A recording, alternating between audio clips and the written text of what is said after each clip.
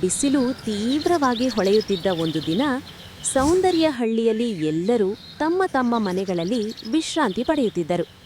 ಆದರೆ ವಿಕ್ರಮ್ ಮತ್ತು ವರುಣ್ ಮಾತ್ರ ಬಿಸಿಲನ್ನೇ ಮರೆತು ಹಳ್ಳಿಯ ಹೊರಗಿನ ದೊಡ್ಡ ಮರದ ಕೆಳಗೆ ಕೂತು ಮಾತುಕತೆ ಮಾಡುತ್ತಿದ್ದರು.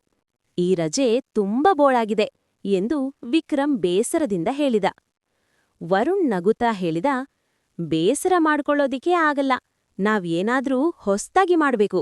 ಇಬ್ಬರೂ ಸಾಹಸ ಹುಡುಕುತ್ತಾ ಹತ್ತಿರದ ಕಾಡಿನ ಕಡೆ ಹೊರಟರು. ಕಾಡಿನ ಹಸಿರು ಮರಗಳು, ಹಕ್ಕಿಗಳ ಕೂಗು, ತಂಪಾದ ಗಾಳಿ ಇವುಗಳು ಅವರಿಗೆ ಹೊಸ ಉತ್ಸಾಹ ನೀಡಿದವು. ಆದರೆ ಸ್ವಲ್ಪ ಸಮಯದಲ್ಲೇ ಆಕಾಶದಲ್ಲಿ ಕಪ್ಪು ಮೋಡಗಳು ಕೂಡಿಬಂದವು. ಗಾಳಿ ಜೋರಾಗಿ ಬೀಸತೊಡಗಿತು. ಮಳೆ ಬರೋ ಹಾಗಿದೆ ಎಂದ ವರುಣ್. ಅವನು ಹೇಳಿದಂತೆಯೇ ಮಳೆಯ ಹನಿಗಳು ಸುರಿಯಲು ಶುರುವಾದವು. ಇಬ್ಬರೂ ಓಡುತ್ತಾ ಒಂದು ಹಳೆಯ ಗುಡಿಸಲು ಒಳಗೆ ಹೋಗಿ ಆಶ್ರಯ ಪಡೆದರು. ಒಳಗೆ ಕತ್ತಲು, ಹೊರಗೆ ಮಿಂಚು ಮತ್ತು ಗುಡುಗು. ಮಿಂಚಿನ ಬೆಳಕಿನಲ್ಲಿ ಗೋಡೆಯ ಮೇಲೆ ಒಂದು ಹಳೆಯ ನಕ್ಷೆ ಕಾಣಿಸಿತು. ಇದು ಏನೋ ರಹಸ್ಯ ನಕ್ಷೆ ಅನಿಸುತ್ತದೆ ಎಂದು ವಿಕ್ರಮ್ ಅದನ್ನು ತೆಗೆದುಕೊಂಡನು.